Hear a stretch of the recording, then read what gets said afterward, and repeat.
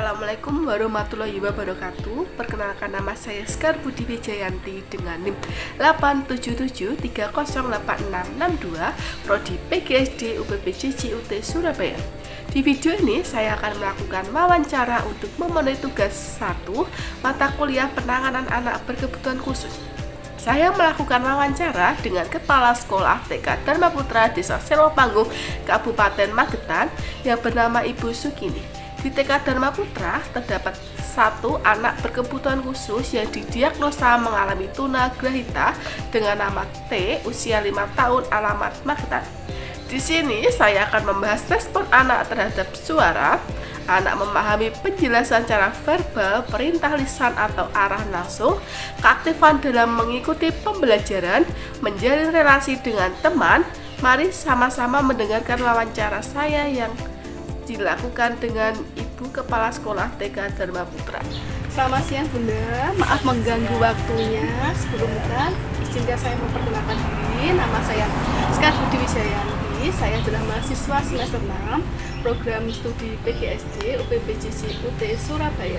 Tujuan saya di sini yaitu untuk mewawancarai Bunda untuk memenuhi tugas tutorial tuton penanganan anak berkebutuhan khusus.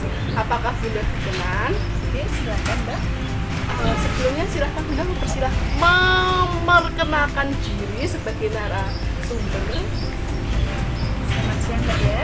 Perkenalkan, nama saya Bu Sukini, Kepala TK Dharma Putra Desa Selopanggung, Kecamatan Magetan, Kabupaten Magetan. Langsung saja Ibu saya wawancarai. Ya, silakan. Bun, apakah di TK Dharma Putra Selopanggung ini terdapat anak berkebutuhan khusus? Iya, ada. Saat ini yang bersekolah di TK Dharma Putra berapa yang punya termasuk anak berkebutuhan khusus? Satu Mbak. Kemudian sudah berapa lama Bunda menangani atau mendampingi anak berkebutuhan khusus di sekolah ini? Tahun ini 1 tahun. Kurang lebih 1 tahun. Lanjut ya Bun, apakah ada pengalaman di sekolah ini untuk mendampingi ABK? Apakah bekerja sama dengan psikolog atau dokter spesialis? Jadi Mbak ya, untuk TK kami kan sifatnya TK umum. Jadi secara spesialis kita kerjasama dengan dokter spesialis ataupun psikolog kami tidak melayani. Tidak tersedia layanan seperti itu. ABK yang sekolah di sini termasuk kategori apa ya? Kalau menurut pengamatan saya ya, yang saya tahu kayaknya itu tunagrahita. Tunagrahita yang cenderung ke berat lah. Selama 1 tahun ini apakah ada perubahan perilaku yang cukup signifikan yang Bunda amati? Iya, selama ini karena waktu awal-awal dia masuk itu karena usianya juga belum bertambah ya, jadi kemungkinan anak tersebut masih bisa diatur atau diarahkan itu masih agak bisa. Tapi sekarang karena usianya sudah bertambah, terus mungkin karena ada seharusnya kan ada perkembangan yang lebih baik, tapi sekarang itu dia malah banyak teriak-teriak. Iya, banyak teriak, terus istilahnya banyak berontaknya lah.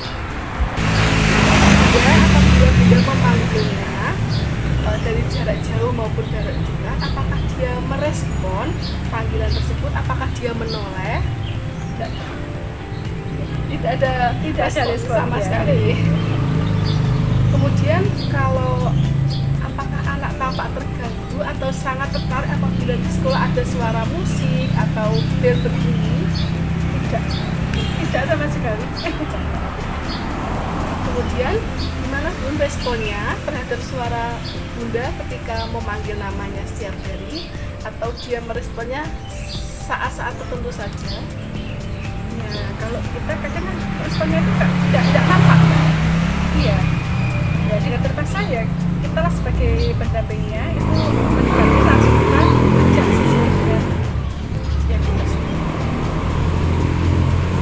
Apabila Bunda memberikan instruksi, apakah dia ulang berkali-kali agar dia paham? Iya. Lanjut ya Bun. Seumpama Bunda memberikan perintah ambil buku di dalam kelas, apakah dapat menyelesaikan dengan baik? Tidak tentu. Ya, Tapi lebih sering dia merespon apa enggak? tidak. Iya. Kemudian Bun, seumpama Bunda menjelaskan, itu biasanya dia memahaminya dengan gerakan tubuh atau gambar, apa dia tidak dapat memahaminya? Tidak dapat memahami. Kemudian pada saat pembelajaran terdapat diskusi kelompok, apakah anak cenderung aktif memberikan pendapat atau lebih sering diam dan mengamati? Tidak ada respon, dia diam, cenderung diam. Kemudian apakah Ananda punya inisiatif untuk bertanya atau menjawab pertanyaan saat pembelajaran berlangsung? Tidak. Gimana pun cara dia memulai interaksi dengan teman, apakah mendekat secara spontan atau menunggu diajak bertanya?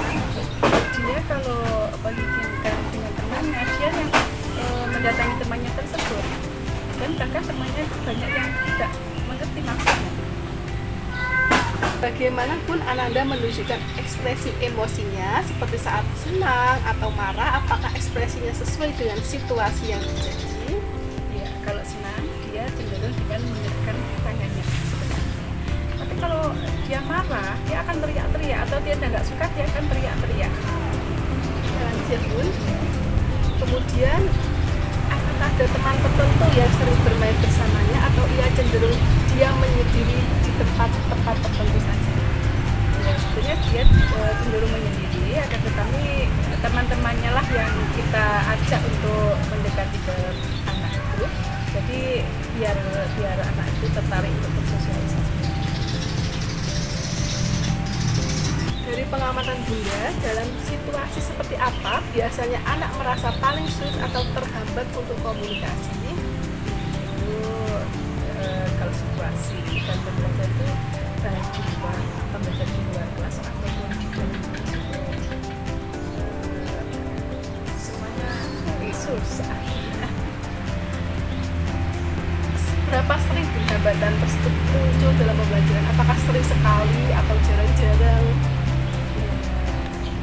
Kalau kita katakan sering, jadi kan anak itu kan tidak mau untuk sesuai dengan intinya itu menyesuaikan diri dengan temannya tidak bisa. Jadi ya hampir Banget ya Bun. Sudah cukup Bun pertanyaan dari saya. Apakah ada hal lain yang mengenai Ananda yang menurut Bunda penting untuk saya ketahui namun belum sempat saya tanyakan? sudah cukup. Semua sudah kita. Sekian ya Bun wawancara untuk penanganan